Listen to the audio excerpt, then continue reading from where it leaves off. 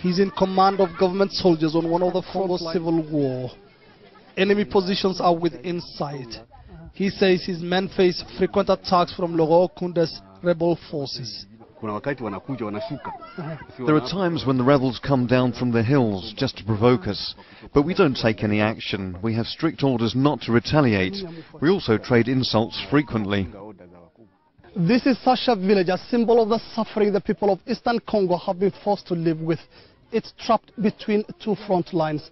Behind me are the government soldiers, and on all these hills that nearly surround the village, the rebels hold sway. The people here say their suffering is immense. Some 900 families call Shasha home. Many have come here to escape the conflict, but the fighting has followed them. Many have been injured by bullets here. Whenever there's fighting, we run to safety in neighbouring villages. No one can remain here when the fighting starts. They have little water or food.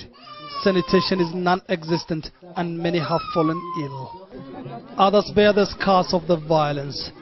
This man's hand was chopped off by militias, he told us. Shasha's men fear forced conscription, a favorite rebel tactic. The burden for fending for the family has therefore fallen on the women of the village. They gather firewood in the forest and sell what they can to buy food. But even such daily tasks are dangerous here. This 20-year-old mother of 6 was raped in the forest by soldiers.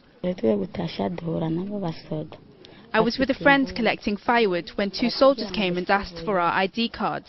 We told them they were at home, so they ordered us to follow them. They raped us repeatedly in a banana plantation. Efforts continue to resolve the conflict, but while they talk of peace, both sides continue to trade accusations and are repositioning their troops. Caught between them, many Congolese, like the people of Shasha, have nowhere left to turn. Mohamed Ado, Al Jazeera, Shasha in Eastern Congo. The boxes don't contain food aid or parts for typewriters, as they'd seem to indicate. They're in fact weapons being offloaded in a remote part of Eastern Congo. The Tutsi-led rebel movement, the Congolese Rally for Democracy, or RCD, now controls a third of one of Africa's largest countries, and it's supported with supplies from Rwanda and Uganda. The rebels want to remove President Laurent Kabila from power, the same man they supported to oust Mobutu Sese Seko. Mr. Kabila was ungrateful. First, we helped him to take power, and he neglected, he forgot this.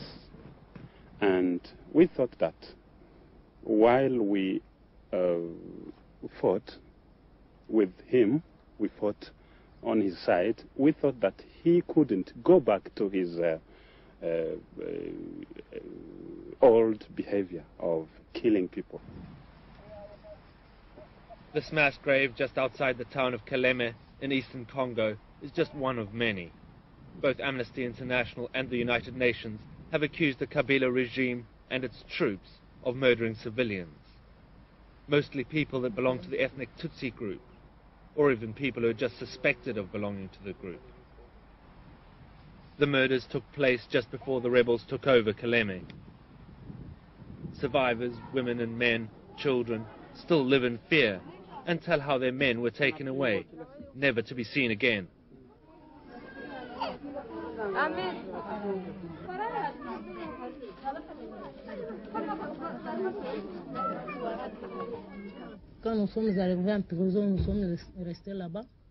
We spent 2 weeks in prison, then they took away the men.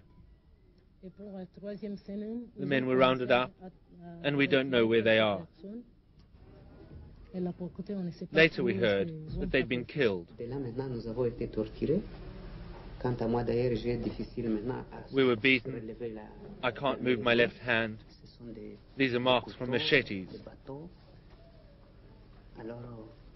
It was the Kabila soldiers who did this to me, together with Hutu extremists. They spoke with each other in the Rwandan dialect.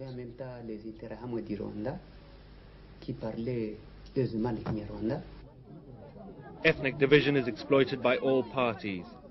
Hutu militias and soldiers of the old Hutu-dominated Rwandan army fled to eastern Congo after the genocide against Tutsis in 1994. They've now been recruited by President Kabila to fight the rebels. There are around 10,000 Hutus willing to participate in what for them is unfinished business. They want to end what they see as Tutsi domination of the Great Lakes region. You've got those statutory armies, which is the first time in Africa that we've got armies facing each other in one country. On the other hand, we've got many non-statutory forces. You've got the ex-Mobutu forces, you've got the forces from Congo, Brazzaville, you've got UNITA forces, and you've got the genocidal forces from Rwanda and Burundi.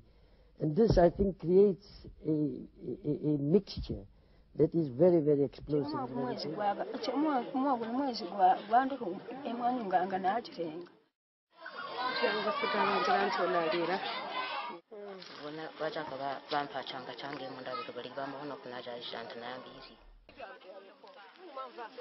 The women and children have gathered to care for each other, but almost all of them have been raped, from 1-year-old baby to 90-year-old women. I compiled a dossier of young women and children who told me that they've been raped, and I came up with about 400 so far. And their age, as you see, that she's 18, 1 year, 40, 60. She's 70 years old. They rape her in the forest, in the... Down in the airstrip, it was business as usual.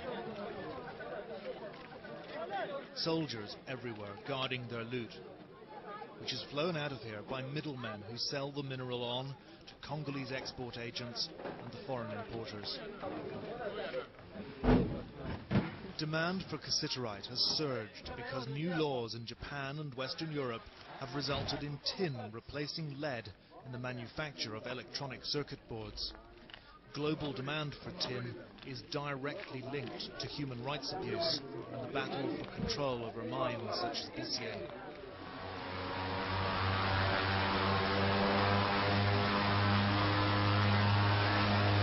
Destination, the provincial capital, Goma. Old Russian plane, Ukrainian pilot, no seats. We pitched a ride on a cassiterite train going back to Goma, the Wadi Kali Express. I'm sitting on about 1.7 tons of the mineral. It's a hefty payload. Some planes don't make the corner.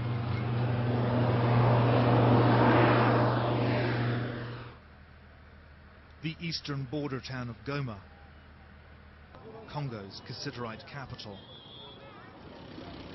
where there's a heavy UN presence, but no intervention in mineral trade.